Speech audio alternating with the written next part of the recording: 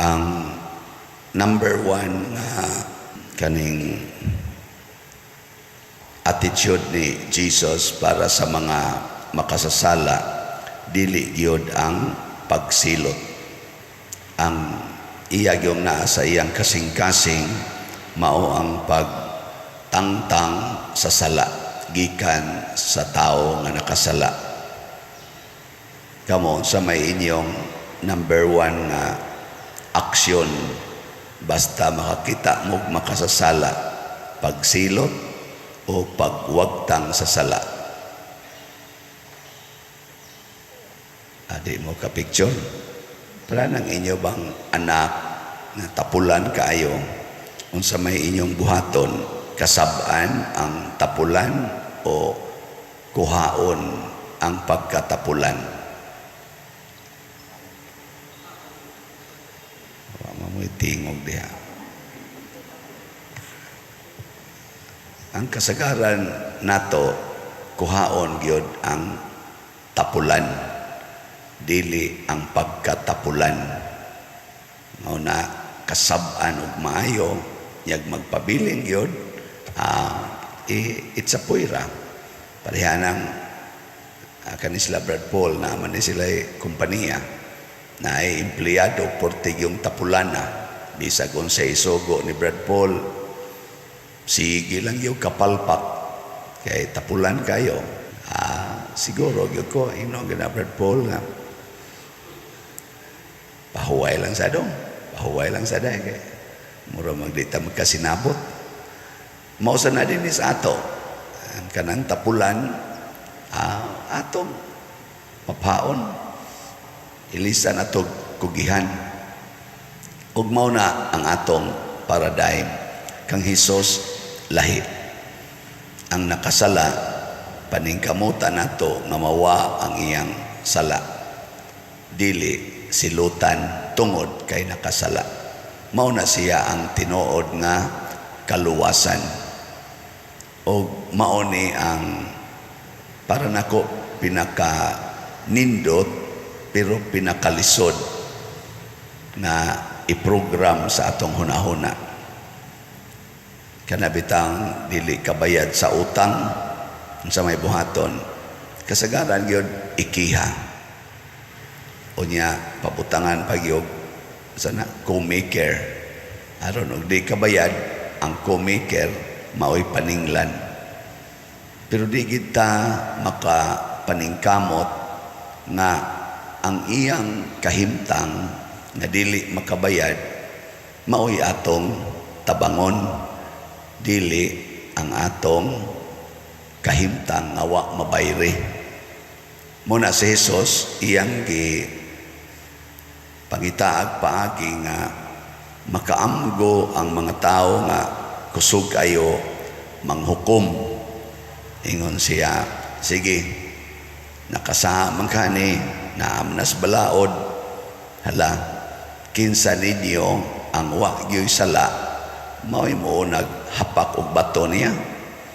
Kay tinuod man kaning patyonon, wa na inihapak, nanguli, naguna og lakaw ang mga tiguang. Kaning mga tiguang mao man mga buangon sa dusahay. Kana bang murag sakto kayo ba? Kusog kay manghukom. Murag yung mabitan na kita mo ingon denta sa ato pa biyaning katigulangan, kana yung katigulangan or ang atong term anausay maura ba ni naandan, di gid nato supakon kay maoy naandan, di gid mo patoo sa mga kon kay kami ko'y naguna, kami naguna. Kadaghan sa mga naguna nga naulahi matud pa ni Hesus, pareha nang naguna mo katao, kamaomong mo text, kamaomong mo operate anang cellphone, kamong mga 80, mga 90 na edad, nauna man gyud mo, kamaomo na. Dili bisan gani ka na mga 70, 60, munas ginhawa, dinhilang, muanhi dinhi, maningkamot kita og selfie, padir, selfie ta, kurog-kurog ang kamot, ako ni blurred, kaya ni resulta ni ron. Maningkamot yun ba? lupi kita sa mga batanon ay paano din mauna sila muna matod pa ni Jesus ayaw i-impose ang imong gihuna-huna nga sakto tanawa sang imong kaugalingon ugwa ba kay imo sang kaugalingong sala. So para ni Jesus ang makasasala dili pwedeng mahimong maghuhukom. A sinner cannot be a judge to a sinner. Gilingian ay mong tupad. Ing na sinner ka. Punta na ba? Sinner ka. Niya mingon gani siya. Oh, sinner siya. Ay kukhuk niya.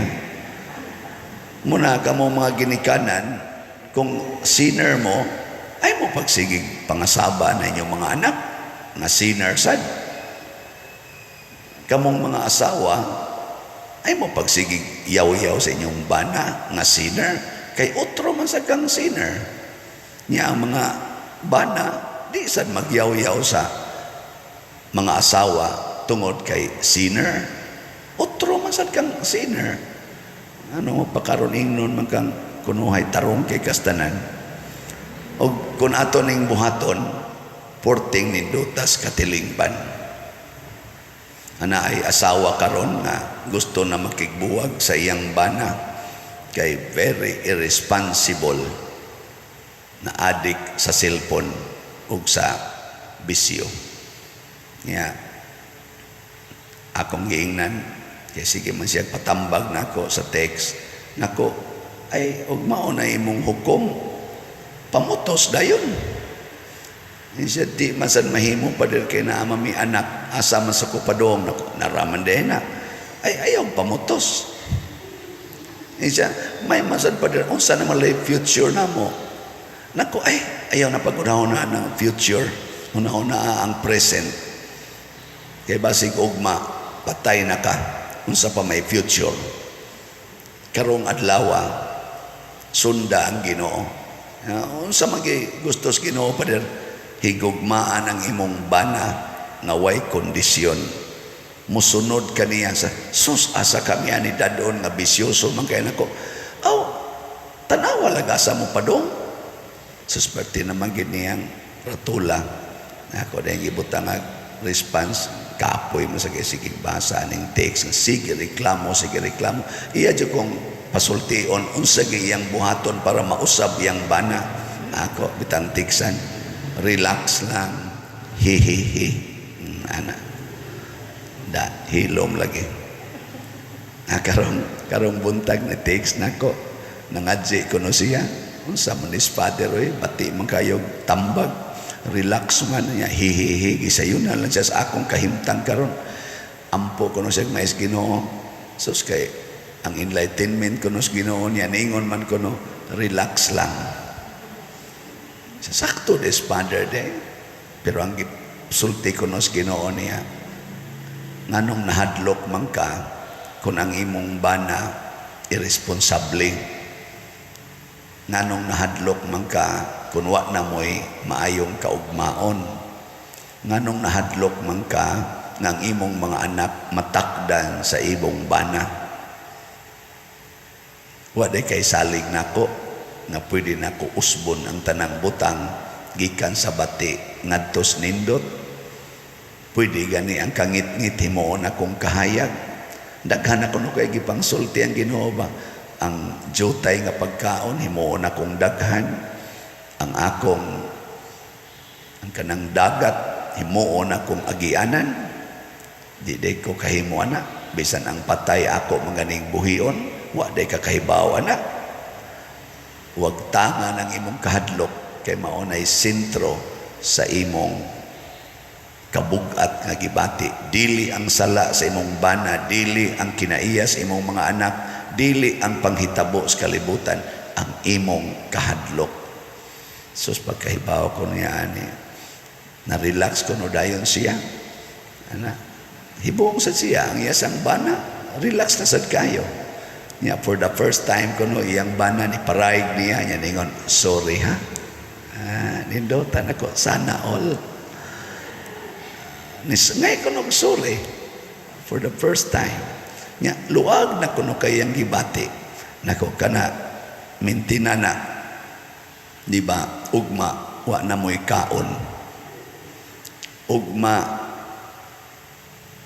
basig mapriso na imong bana ug masakpa na sa iyang bisyo, basin ugma ang imong mga anak masakpan sa nimo nga ni bisyo na sad, pero ang nakanindot din aka mahadlok nga mohigugma nila, din aka mahadlok nga mopasaylo nila, din aka mahadlok nga mamatay og magantos kuyog nila.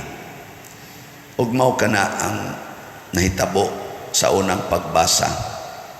Si Daniel niingon siya, di ko mangilabot sa dugo nining bayhana nga inyong gihukman. Pasabot ni pabor siya sa mga makasasala, sa gitan-aw bas kalibutan nga makasasala, didto siya ni pabor. So kung musupak siya, mura siyang nilaban, posible nga iapil siya patay.